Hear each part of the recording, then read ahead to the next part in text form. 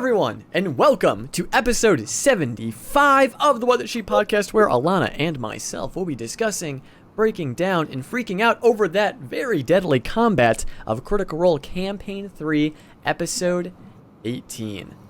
This is a pretty rough combat. Pretty rough in the earlier parts, I would say, for sure. Yeah. Matt made a good point of saying how, like, it's one creature against a party of 7, so he had to make it, a decent fight. Challenging. Exactly.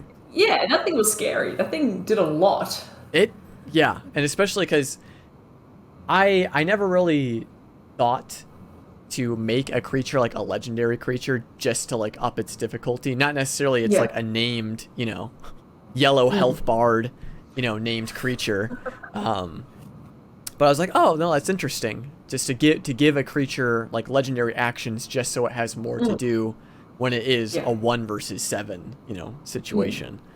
But that thing kind of packed a pretty nasty punch. Yeah. Pretty nasty. Like, it was doing, for some of the players, it was doing half their HP in one attack. Yeah.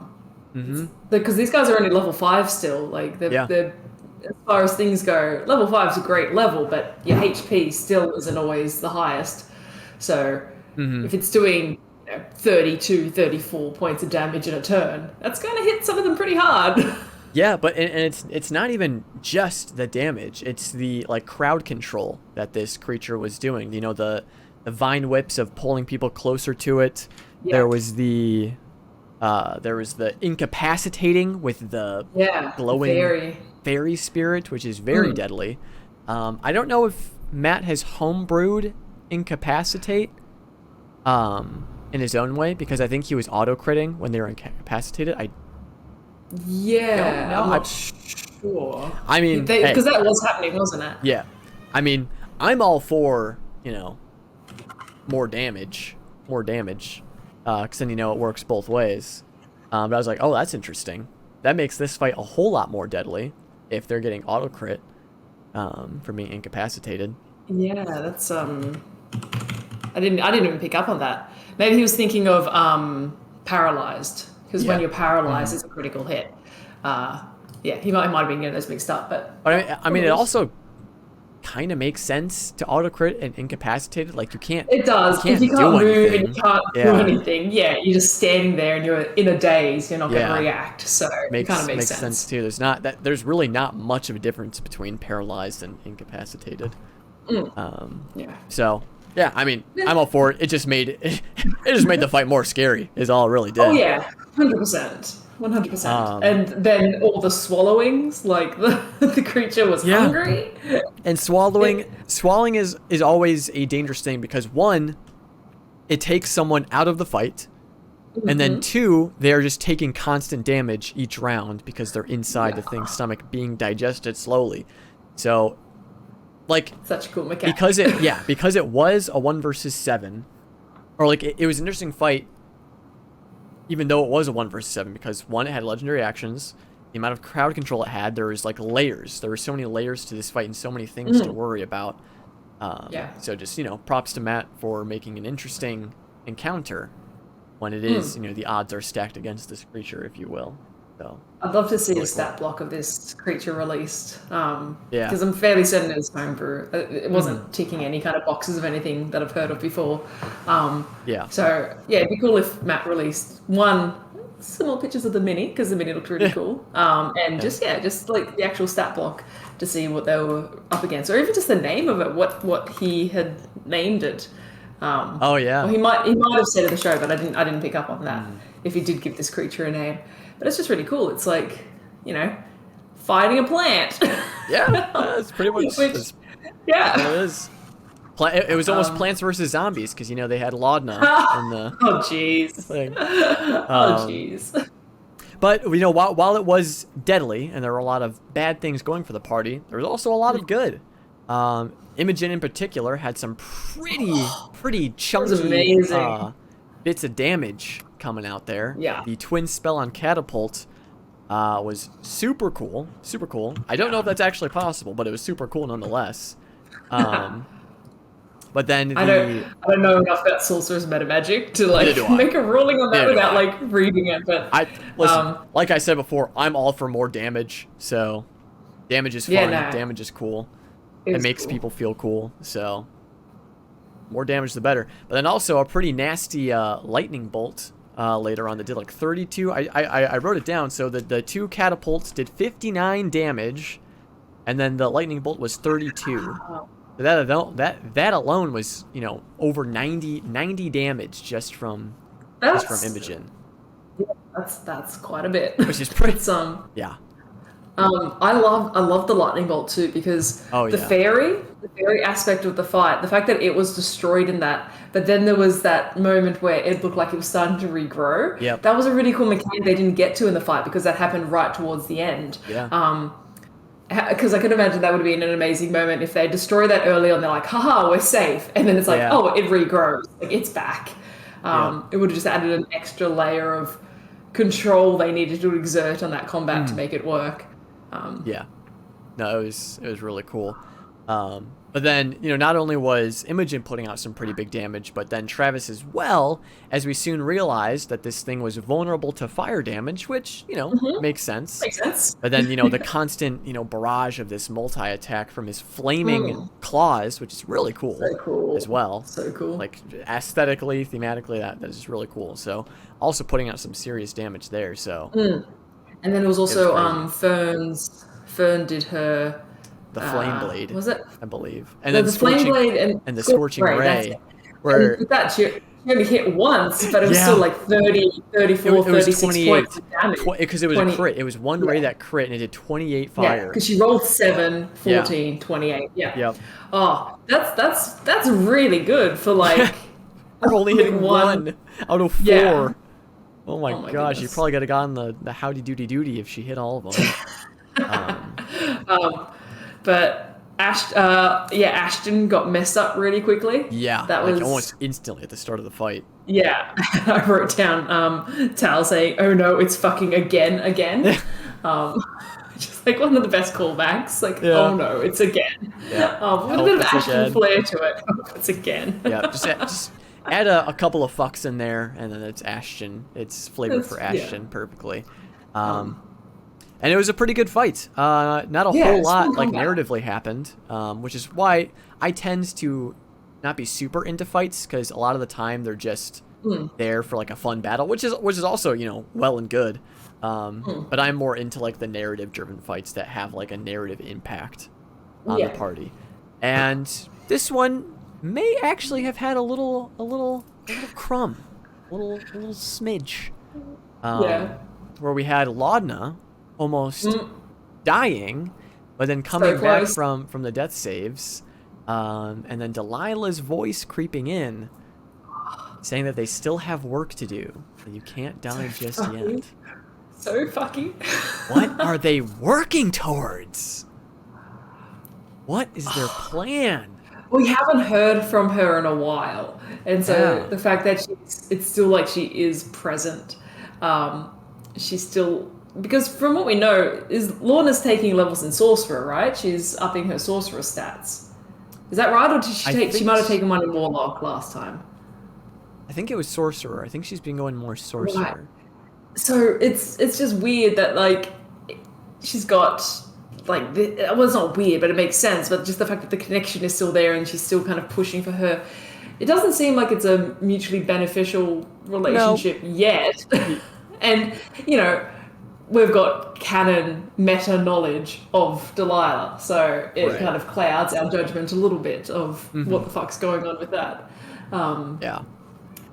It's concerning. It's a bit of a concern. On the slight side, but it seems like Delilah has this like grand plan for Laudna and maybe, you know, other people as well.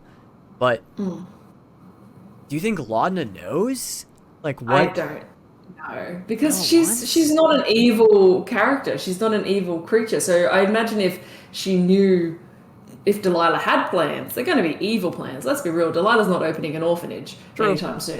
So I feel like she's going to be, if she would know Delilah's plans, she would recognize that they're likely evil plans. So I think Laudna is definitely more of just a puppet. you know, which is like kind of, it could be ironic because she's got her own little pate, and like Delilah's above Lorna holding the strings. I have a terrifying thought that, like, you know, she's preparing Lorna as like a vessel for her return, and she's going to, you know, take over Lorna's body and use it as her new body. Yeah. Which is not a comforting thought at all. No. Definitely not. But then we have to wonder, like, if Delilah does have like this grand plan, and we've kind of talked about this before, do we think that Delilah is in charge of these like shadow assassins that attack Zephyra? Yeah. Like, how far is her reach? Like, how much of her is still alive? Like, is she alive? Is she alive in Laudna, or is she alive somewhere else and she's just whispering into her ear, like, if you will? Like, we don't really know. Our understanding was that she died. Like, she was dead. She died. She came back through a clone. And then she was dead. We don't know if she still had another clone. She very well could have. We don't know if she was doing any kind of her own methods to reach Lichdom. Like, she could be like a Lich herself.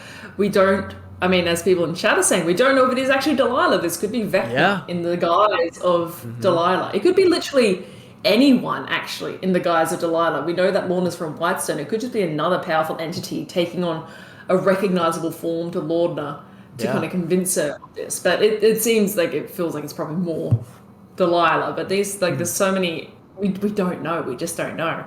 But I could see it, like, I could see it being Vecna, because we've been talking a lot about like a second calamity happening, and Vecna is very much a betrayer god, if you will.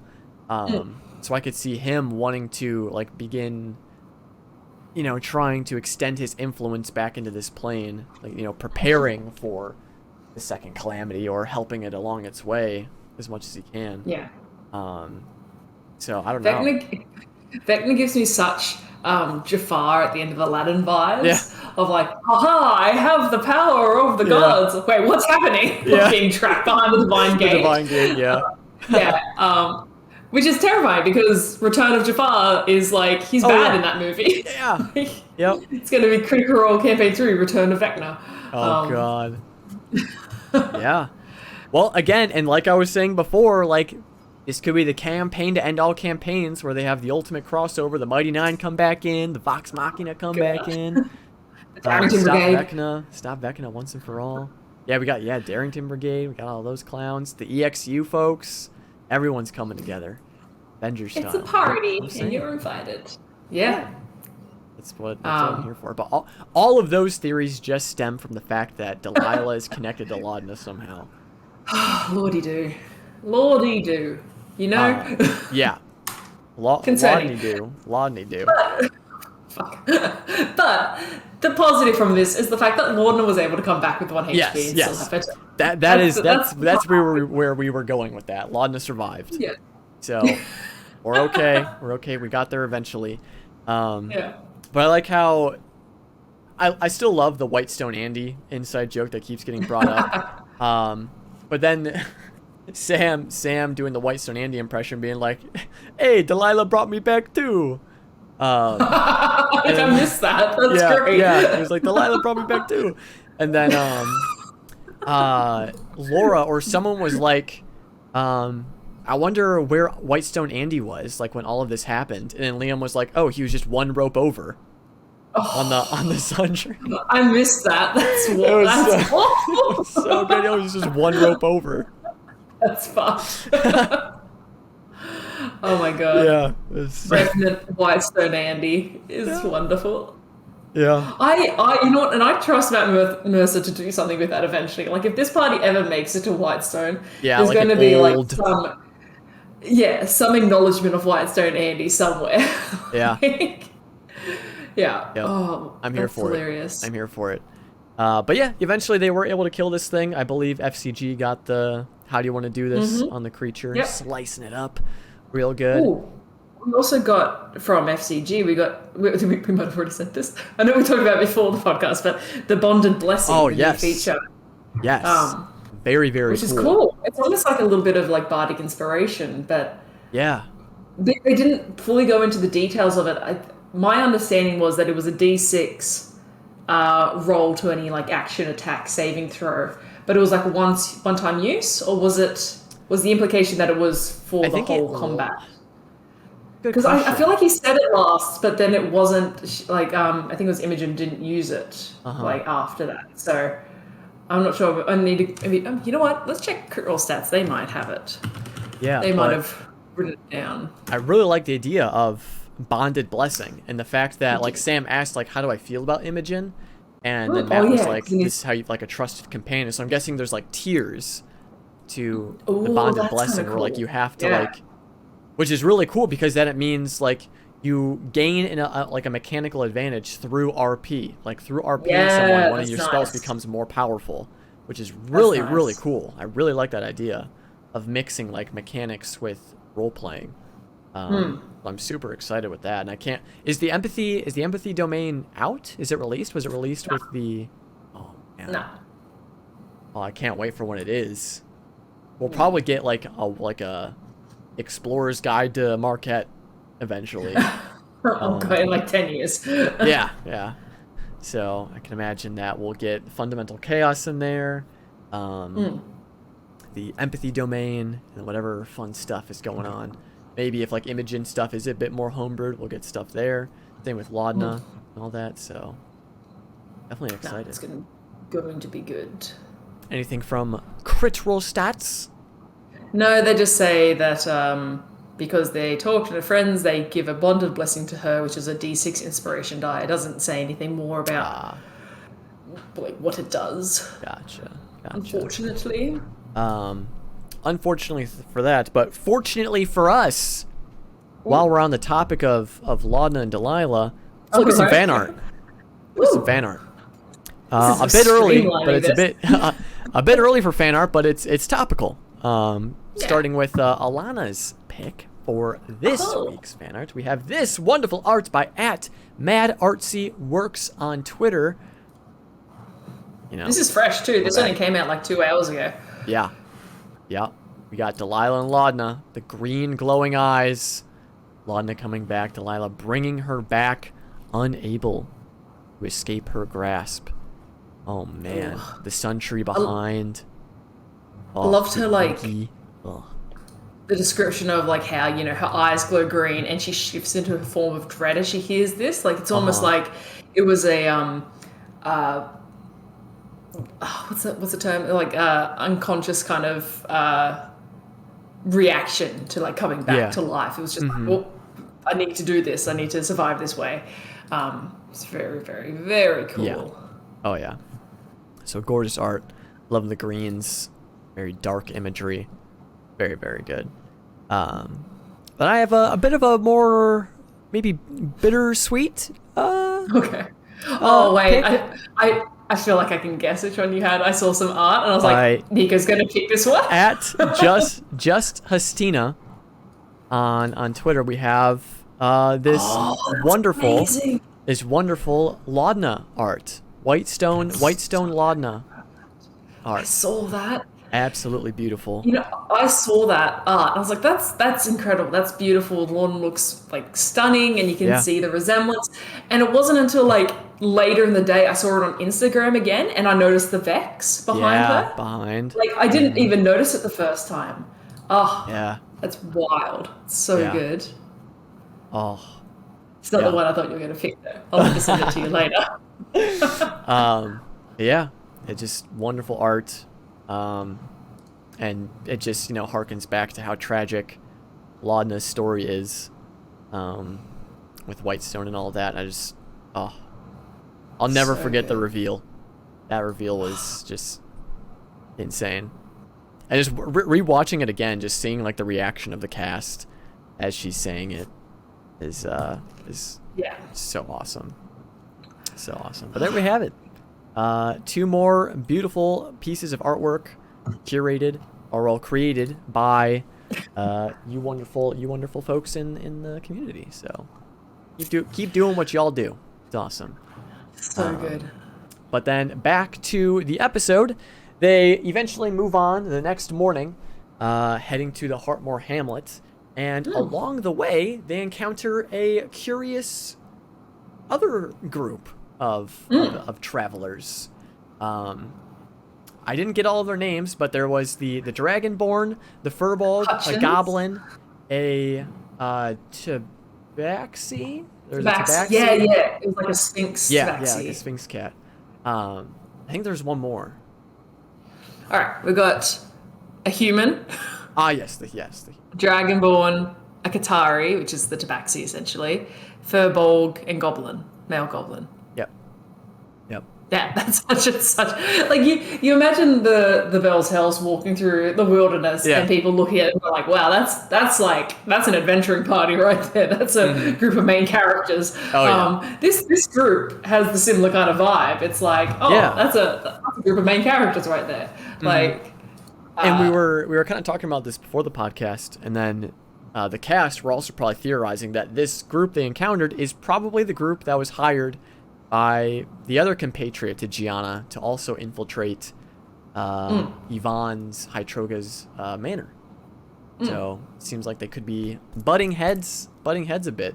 But I like how Matt puts in these other adventuring parties, because again, in campaign 2 we had the Stubborn Stock with Darrow at the head of that. We got to see them in action a little bit. I wish we got to see more of them, because it was really cool seeing them like progress through the story and stuff. So maybe that'll be a similar thing here, where they have like this, budding rivalry between these two groups. Yeah, kind of like, I like it. But they're cool, and I liked just the attitude of them. They were very like, what you'd expect a group traveling on a dangerous route to be like. They were quite friendly but cautious.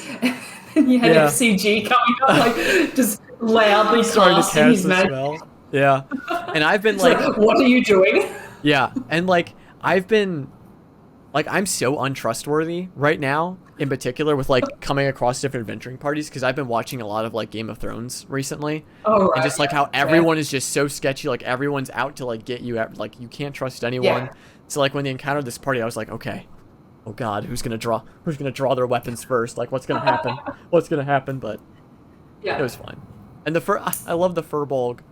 The voice for the Furbolg was so good. Yeah, it's like Matt's Furbolg voice, because it sounded a lot like Pumat as well. Yeah, I was like, oh. It was so sweet. Her and Fern trying to tack a horse together. Yeah. Or Fern just like, I've never put a saddle on a horse in my life.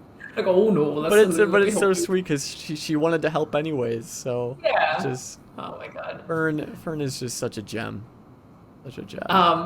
I see chat is shouting at us because we didn't talk about Blue Imogen as well. Yes, I kept meaning to bring that up because I kept seeing them mention it. But yes, Imogen is blue, and I looked it up, and it can only be removed from a remove curse. Yes. So it's tricky. So either they'll forget that she's blue, or I think that's likely. I think it's going to be 3 episodes down the way, and they'll be like, "Wait, am I still blue?" And like, yeah, you are. Yep, still blue.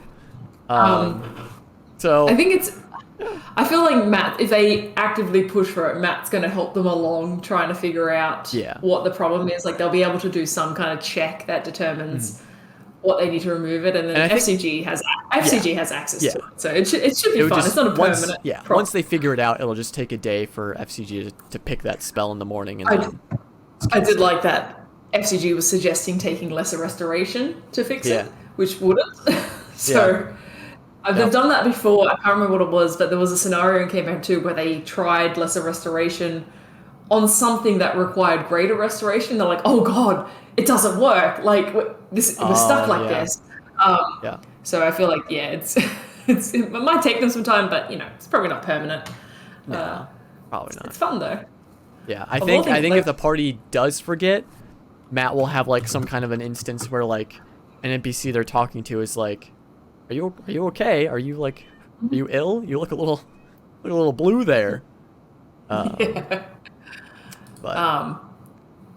pretty good. I mean, of all the things to happen as well on Wild Magic, that's probably one of the tamer ones. Yeah, it's not bad. You're just gonna be a little bit blue for a while. Could have been worse. Oh yeah. The fun thing though is it probably will encourage her to continue using it. If it was the type of thing where it's like, the fireball on yourself. Yeah.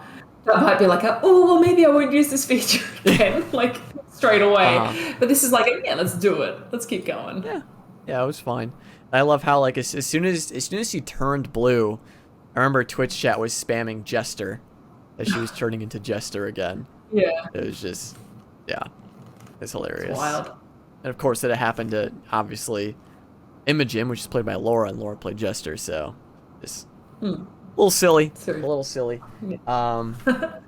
But then, you know, these two parties, you know, agreed to kind of just move in tandem as they moved towards the Heartmore Hamlet. And then they eventually arrived. We are finally here at the Heartmore Hamlet, where it seems like so many different like storylines are coming together. At least 3. Yeah. And it's a pretty interesting town.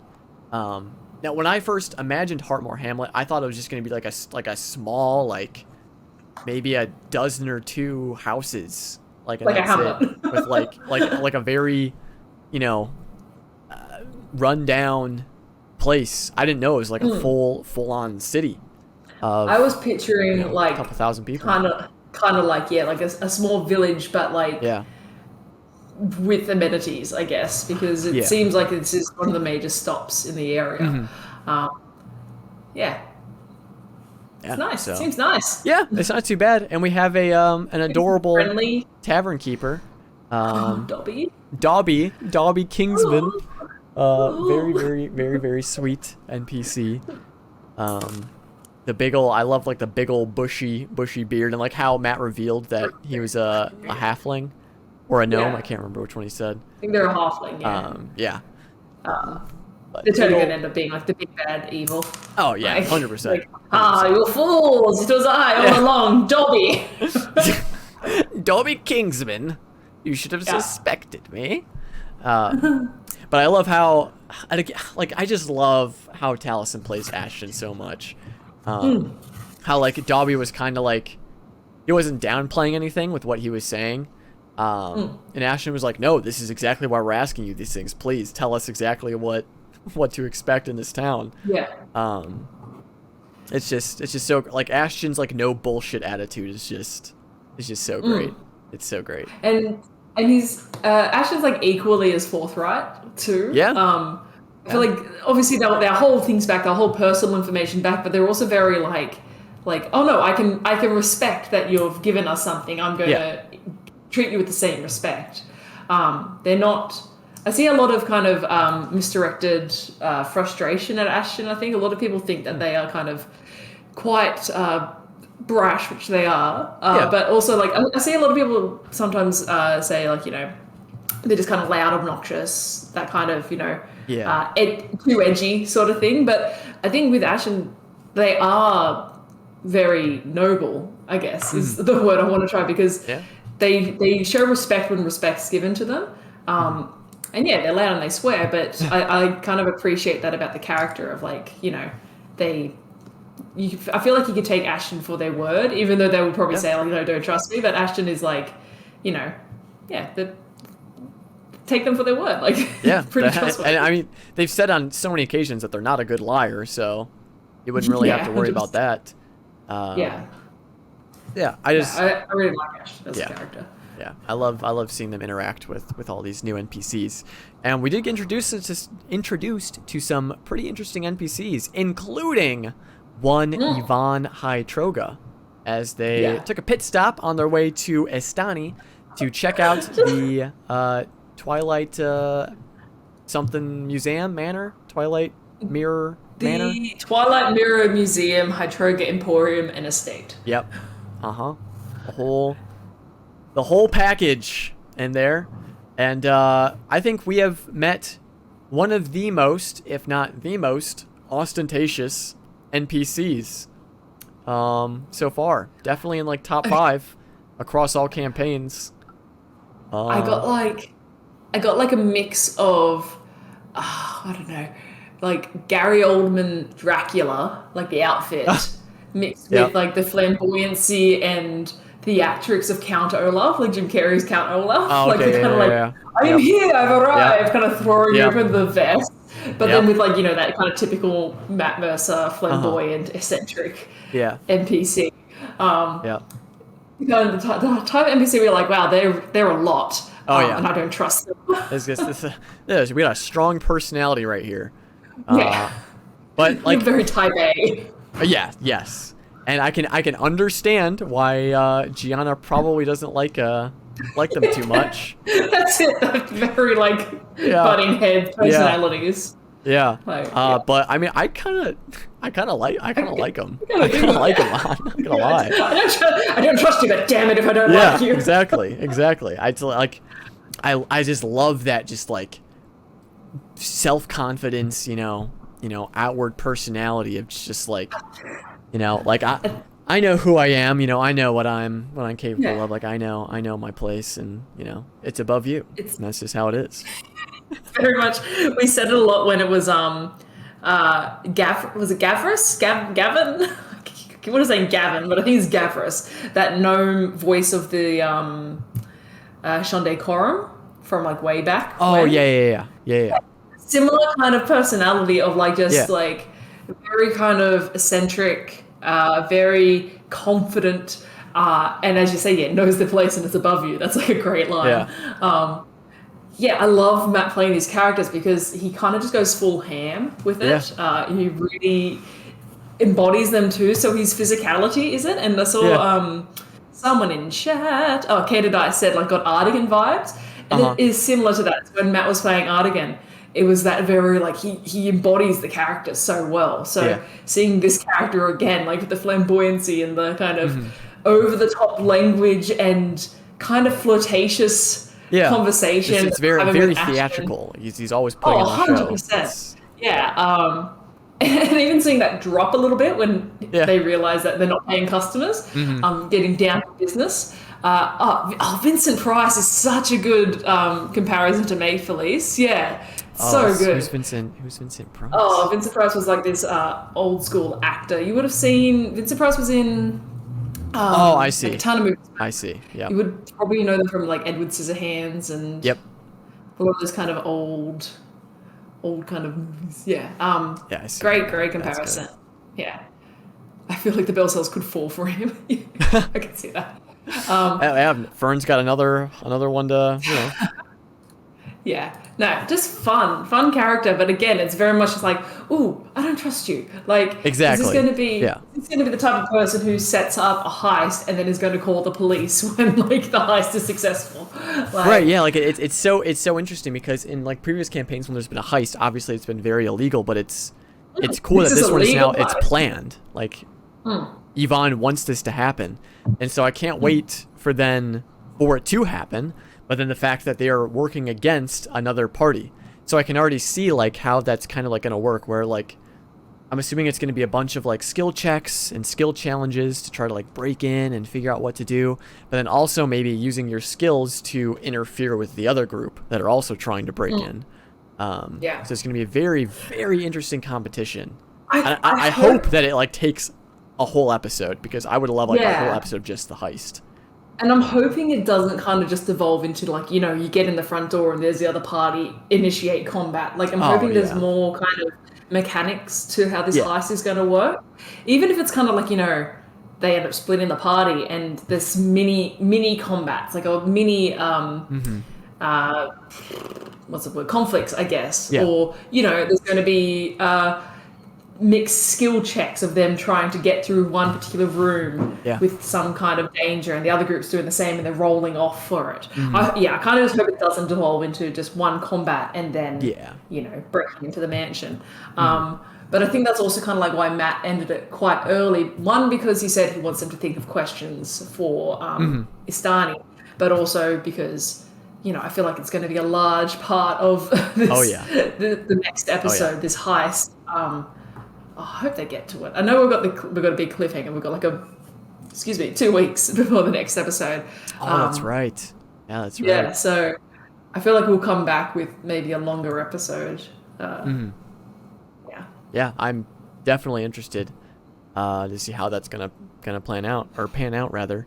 But after their little meeting, they, as we said before, they made their way on over to Estani, which is another huge narrative NPC that has been brought up, as they were one of the last people to see and meet with the Loomis twins before they were taken out, which means that he very well might have those notes that the Loomis Yes. twins had taken from the book from Yes. the Starlight Conservatory that Imogen Yes. was checking out. So Ooh. not only do we have like a fun little like side quest thing with this heist, we also have, you know, like a driving narrative reason to be here as well, with more information on what the hell happened in Zephyra and like why were the Loomis twins targeted.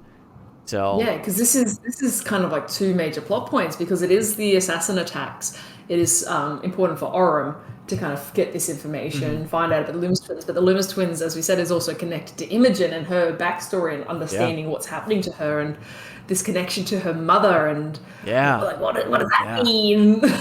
Like it's, which means we could be getting another Imogen dream soon. Like if they do procure those missing notes and we get more information on it. Imogen could be getting another dream pretty soon. The last dream, she tried to run towards him. Like, I can't wait to see more kind of modification of how she acts in the dream. We haven't had any kind of, this episode at least, we didn't have any kind of assessment of the stone, the Nile rock. That's what it was, the Nile rock. We haven't seen any more of that, but I wonder if there's going to be any more kind of like investigation into that, or even if like Astani has any thoughts on that. It doesn't seem like that's really in their purview study, because they're more celestial bodies. But who knows, they might have something to say about it. Who knows, they seem rather old, and they're filled with books. They're probably rather learned individual, so I can only assume what they might, you know, give to the party in terms of information. But I'm definitely excited because, again, it ties in Imogen stuff, it ties in Orym stuff, but then like the side quest that they have with Yvonne ties into like Ashton stuff, because doing this will help clear the debt that they have with Gianna. So, and am I wrong in remembering that werewolf group is in this area as well? Oh, they might be. Is that like the that was up in this region, wasn't it? The Guma. The Goyashis or something. I can't remember what they're called. I'm gonna try and see if I can beat Started with a chat. G. I have it written down on one of my dozens of papers of notes I have on my desk. But yes, I think they actually might be around here somewhere. I think. So there is, then there's also Chetney stuff that they can work on while they're out here. There's so much potential for more narrative stuff being in Fort Hamlet. Gorgonai. Oh yeah, the Gorgonye or something. Gorgonye. Oh no, they're in Ashanador. Oh, okay. Oh, but that's where Dorian's. That's where the Silken Squall is. Yes. That's where Dorian's home is right now, at the very least. He's gone though. Yeah, Dorian's gone. So yeah, we don't gotta worry about that. That's how long is the trip to Iman? That's kind of a long trip. Well, it's probably like what, maybe a week by big old flying boat. Yeah, that's probably true. Probably not too long. Yeah. But then we understand that Dorian's going to be in Kymel, because that's where the EXU adventure is going to start. We also don't know, though, I guess, timelines for when this is going to happen. Because it's like, they're arriving in Kymel and the other Crown Keepers are going to be there. So, yeah, we don't know. I kind of like that, though. Like, I kind of hope that it is, like, around the same time, on the same timeline as... what's happening with Bell's Hells and stuff. But I like the idea of like these two different like storylines happening, like in congruency. It'll be interesting, like if something happens in this EXU 2-parter that then could potentially have consequences for the Bell's Hells, down the line. It'd be it's going to be very interesting to see, like, spoilers for EXU season 1 if you haven't seen it. But it's going to be very interesting to see, Opal turning up if she still has the crown on her head, and like, what they've been doing for the past a handful of months. Because that's like a little bit of, having that on for a while is going to have to have changed you somehow. That's not something that's just casually. I would think so. Yeah. they just casually wear a Betrayer God vestige. Not great, especially Lolth, who's all about, manipulation and all that, fun stuff. It's cool. So, Opal's fine. Opal's fine. Maybe she turned goth, but besides that, darkened her color palette a bit, maybe. Yeah. I think I've got to rewatch the last episode of EXU because I kind of forgot some things that happened. I can't remember what happened with her sister in the end. Oh, yeah. Just a few things to recap before next week. Yeah, definitely. Yes, as Storm Boy said, we did get some interesting Calamity lore in this episode as well. The deserts of Marquette used to be a jungle, a flourishing, vibrant jungle, until a betrayer god during the Calamity, with just one fell swoop, just boom, wiped all of it away instantly, killing, hundreds of thousands, millions maybe. And pretty rough we stuff. don't know which betrayer god it was, do we? I don't think so. It'd be a pretty, hard hitter in order to wipe out that much with just like a... So, yeah. Yes. Jeez. Yeah, that's a little crazy. I'll take a look at some of the betrayer gods to see if any of them stick out. Oh, wait. It says, during the Calamity, it was destroyed by Grumsh the Ruiner. Ah. That must be from Tal'Dorei campaign setting. All right, Grumsh is the orc. There we go. Is that right? Maybe? Yeah. He's a massive orc. Dang. Fun. It's fun stuff. Fun stuff. Gotta love the Calamity. Can't wait for the second one. Bring it on. That's what I'm looking forward to. Calamity 2, Electric Boogaloo. It's time. Give it to me. Oh my god. But first, the heist.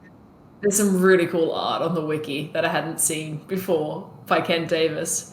And it's Arathis finding Asmodeus and Grumsh in Vasselheim. And it might be the coolest thing I've ever fucking seen. Oh, shit. Oh my god. I'm going to send it to you. Yeah. You want to drop it in chat as well? Yeah. Oh. Well, this is just the PNG link. Oh, okay. I gotcha. But it works. This is completely off topic of everything we're doing, but it's just really cool. Yeah, no, for sure. But yeah, Grumsh. I'm sure that's a different way to say it, isn't it? There we go. Yeah, so really, really fun stuff going to be happening within the next couple of episodes. And we'll finally, take a deeper dive into some main narrative stuff with Imogen and Noram, hopefully. That I'm super looking forward to. I want answers, and I don't necessarily need the whole thing answered. We don't necessarily need to know the entire backstory of the Assassin's Guild. Yeah, I'm just hoping we get something, and it's not just like you need to go speak to what's his face in what's a town. I'm hoping we get some definitive stuff here. Yeah, hopefully. I'm sure we will. But with all of that being said, is there anything else we want to touch on for episode 18? As we did say before, this is a cliffhanger, kind of, as there is no episode next week. Next week is the two-parter for Exandria Unlimited, and then the week after, we'll resume, hopefully, with the heist. So, is there anything else we want to touch on this episode? Don't think I have anything else. Really. Oh, did I mention how in the combat, I really liked how Matt had put things on the battle map for the party to investigate after things were over. I really like that. I think it's really, really fun. The mushroom, which poison them further. Yeah, it's really good. That also did a fair cop too. That was Chetney succeeded on that save and still ended up taking 12 points of damage or something. Yeah, that's pretty nasty. Oh man, I great. like Kata Dicey in chat saying Istani is part of the Cobalt Soul. That's cool. The thing is that there's a lot of libraries and universities in Marquette. We already know about a few different scholarly groups. But there was that suggestion that they were a part of this erudite kind of library. I don't know. Brain's off. Brain's not working right now. Yeah, and we did have like the theory that Asteros might be trying to get into contact with someone from the Cobalt Soul in Ank'Harel. So that's super interesting. So yeah, I mean, I'm all for it. It would kind of make sense if Estani was, maybe. But they could also just, be a scholarly individual. We do know there was that one scholar from the Cobalt Soul in Campaign 2 that was very interested in the moons. Yep. And had all that moon lore. They were in, was that the one in Uthadern? Uthadern, yeah. Yeah. Yeah, yep. They were very... Which is where Chetney's from. Dun, dun, dun. Maybe that was his boss that he had a falling out with. Well, Chetney worked for the Cobalt Soul as well. Yeah. Oh, God. Oh, no. It's all coming together. That's the Campaign 2 connection there. No, but that'd be cool. I'm excited for them to actually get some answers, to learn a little bit about the Loomis twins, what kind of weird stuff they had going on, the connection to Imogen, the connection to these assassins. We're holding off, Leo. It's okay. We're not getting too deep in the moon lore. Yep, I haven't even said it. I haven't even said it this episode. All right, I've been holding back. I almost said it twice, and I held back. We have not mentioned you know who at all. This podcast. False flag. Like, they'll be back. But yeah, no, I'm excited for that talk. And it's true though, because Estani is seemingly could possibly give us a ton of information about the Red Moon. And I'm all for it. Let's go. Yeah. Because even the Call of the Netherdeep, there was a lot of Ruidus lore in that, but even then it wasn't like, it didn't give us answers. It just said, it does bullshit in the sky and it glows brightly and it's like, well, fuck, this is not what I wanted. I wanted more, please. Yep. Yeah, so one day. Next 2 weeks. One day, yep. We gotta wait 2 weeks and then we'll get more Red Moon lore is what I'm hoping for. And maybe some red dreams from Imogen. But the storm's now blue in her dreams. Okay. Everything's been dyed blue. Yeah. It's like just a tint of blue to everything is blue. Yeah. That's gonna be Imogen's new theme song. But I suppose with all of that being said, we can go ahead and call this episode a wrap. So as always, thank you all so much for joining us. Thank you all so much for hanging out, chatting with us, people who are watching in the live stream, and people who are going to be watching this on YouTube or Spotify or Anchor or wherever else this podcast may find itself. Thanks for stopping by. Thanks for showing your support. If you are wanting to support us even further, be sure to check out our Twitter at WhatTheSheepPod on Twitter. We post updates on when we're going live. So if you're interested in that, go ahead and shoot us a follow. As always, don't forget to love each other. Spread the love to everyone you meet, everyone you see. The world needs more love in it, so make sure you're spreading it around. But most importantly, do not forget to love yourself. That is the most important thing you can do. So make sure you're taking care of yourself. Drink some water, eat some food, get plenty of rest. I'm proud of you. Thank you for being here. So, I hope you all have an absolutely wonderful rest of your morning, day, evening, wherever you may be on this glorious earth. And we'll see you all very soon. Bye, everyone. Bye. I would just like to take a second to give a huge shout out to all of my wonderful Patreon supporters. Thank you to my expositors, Leah, Olivia, Sean, Pseudonym, the DMston, and Hannah. Thank you to my archivists, Annika, Daniel, Elliot, Emerson, Melissa, Noel, and John. And thank you to all of my high curators, Adam, Caleb, IMI, Andrea, Dustin, Rin, and Sylvia. Thank you all so very much for showing your support. It truly does mean a lot to me. I hope you all have a wonderful rest of your day. Stay awesome, and I'll see you in the next one.